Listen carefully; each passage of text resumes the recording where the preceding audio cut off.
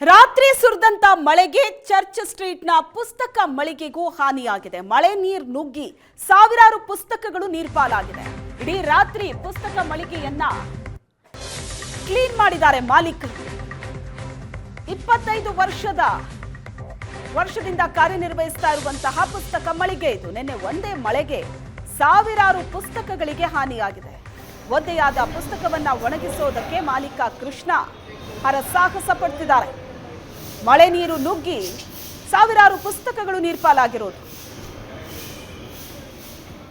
ಕಳೆದ ರಾತ್ರಿ ಬೆಂಗಳೂರಿನಲ್ಲಿ ಸುರಿದಂತಹ ಧಾರಾಕಾರ ಮಳೆಯಿಂದಾಗಿ ಹಲವು ಕಡೆ ಬೆಂಗಳೂರಿನಲ್ಲಿ ಹಾನಿಯಾಗಿರುವಂಥದ್ದು. ಅದರಲ್ಲೂ ಪ್ರಮುಖವಾಗಿ ಚರ್ಚ್ಸ್ಟ್ರೀಟ್ನಲ್ಲಿರುವಂತಹ ಬುಕ್ ವಾಮ್ ಏನು 25 ವರ್ಷದಿಂದ ಬುಕ್ ಏನು ಸೇಲ್ ಮಾಡ್ತಾ ಇರುವಂಥ ಒಂದು ಅಂಗಡಿ ಇದು. ಸಾಕಷ್ಟು ಜನ ಈ ಬುಕ್ ವಾಮ್ ಅಂದಿದ ತಕ್ಷಣ ಸಾಕಷ್ಟು ಜನ ಇಲ್ಲಿ ಬಂದು ಬುಕ್ ಖರೀದಿ ಮಾಡ್ತಾರೆ.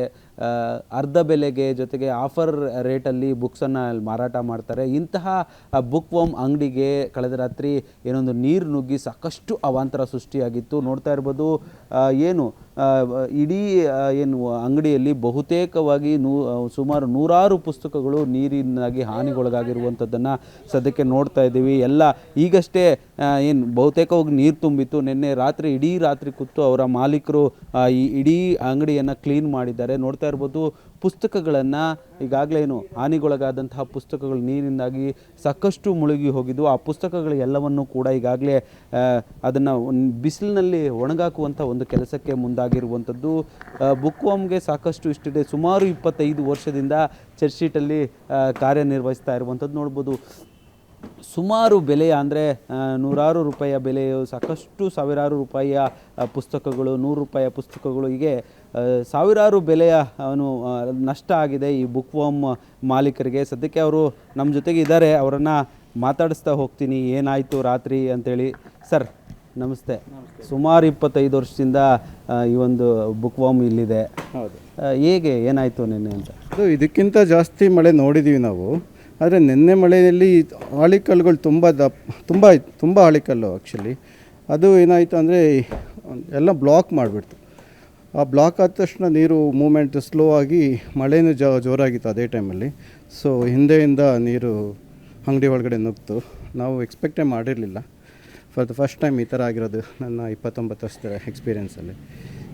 ಎಷ್ಟು ನಷ್ಟ ಆಗಿದೆ ಸರ್ ತಮಗೆ? ಇವಾಗ ಸಂಜೆ ಒಳಗಡೆ ಗೊತ್ತಾಗುತ್ತೆ. ಒಂದು ಅಂದಾಜಿನ ಪ್ರಕಾರ ಒಂದು 4,000 ರಿಂದ 5,000 ಬುಕ್ಸು ಡ್ಯಾಮೇಜ್ ಆಗಿದೆ. ನಮ್ಮದು ಹಿಂದೆ ಒಂದು ಸ್ವಲ್ಪ ಗೋಡನ್ ಕೂಡ ಮಾಡ್ಕೊಂಡಿದ್ದು, ಅಲ್ಲೇ ಜಾಸ್ತಿ ನೀರು ನುಗ್ಗಿರೋದು. ಯಾಕೆಂದರೆ ಸ್ವಲ್ಪ ನೀರು ಅಲ್ಲಿ ಒಂದು 2.5 ಅಡಿಯಷ್ಟು ನೀರು ನಿಂತ್ಕೊಂಡಿತ್ತು. ಅಂತಂದರೆ ಗೋಡನ್ ಒಳಗಡೆ ತುಂಬ ಬುಕ್ಸ್ ಹೋಗಿದೆ. ಸೊ ಒಂದು 4,000 ರಿಂದ 5,000ವರೆಗೂ ಬುಕ್ಸ್ ಹೋಗಿರೋ ಅಂದಾಜಿದೆ. ಅಂದಾಜಿಸಿರಲಿಲ್ವಾ? ಇಲ್ಲ, ಅನ್ಎಕ್ಸ್ಪೆಕ್ಟೆಡ್ಡು. ಅದಕ್ಕೂ ಏನು ಮಾಡೋಕ್ಕಾಗಲ್ಲ. It's unfortunate. ಬಟ್ ನಮ್ಮ ರೀಡಿಂಗ್ ಕಮ್ಯುನಿಟಿ ತುಂಬ ಸಪೋರ್ಟ್ ಮಾಡ್ತಾ ಇದೆ. ಅದಕ್ಕೆ ನಾವು ಚಿರಋಣಿಯಾಗಿದ್ದೀವಿ.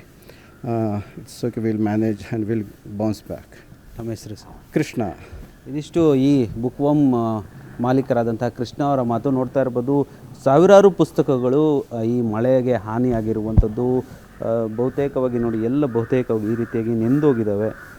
ನೋಡ್ತಾ ಇರ್ಬೋದು ಎಷ್ಟು ಅಂದರೆ ರಾತ್ರಿ ನಾವು ಆ ವಿಜುವಲ್ಸನ್ನು ನೋಡ್ತಾ ಇದ್ದರೆ ಮೊಣಕಾಲುದ್ದ ನೀರು ಈ ಒಂದು ಬುಕ್ ವಾಮ್ ಅಂಗಡಿಯಲ್ಲಿ ತುಂಬಿಕೊಂಡಿದ್ವು. ಕ್ಯಾಮರಾ ಪರ್ಸನ್ ಅಂಜನ್ ಜೊತೆ ಹರೀಶ್ ರಾಮಸ್ವಾಮಿ, ಏಷ್ಯಾನೆಟ್ ಸುವರ್ಣ ನ್ಯೂಸ್, ಬೆಂಗಳೂರು.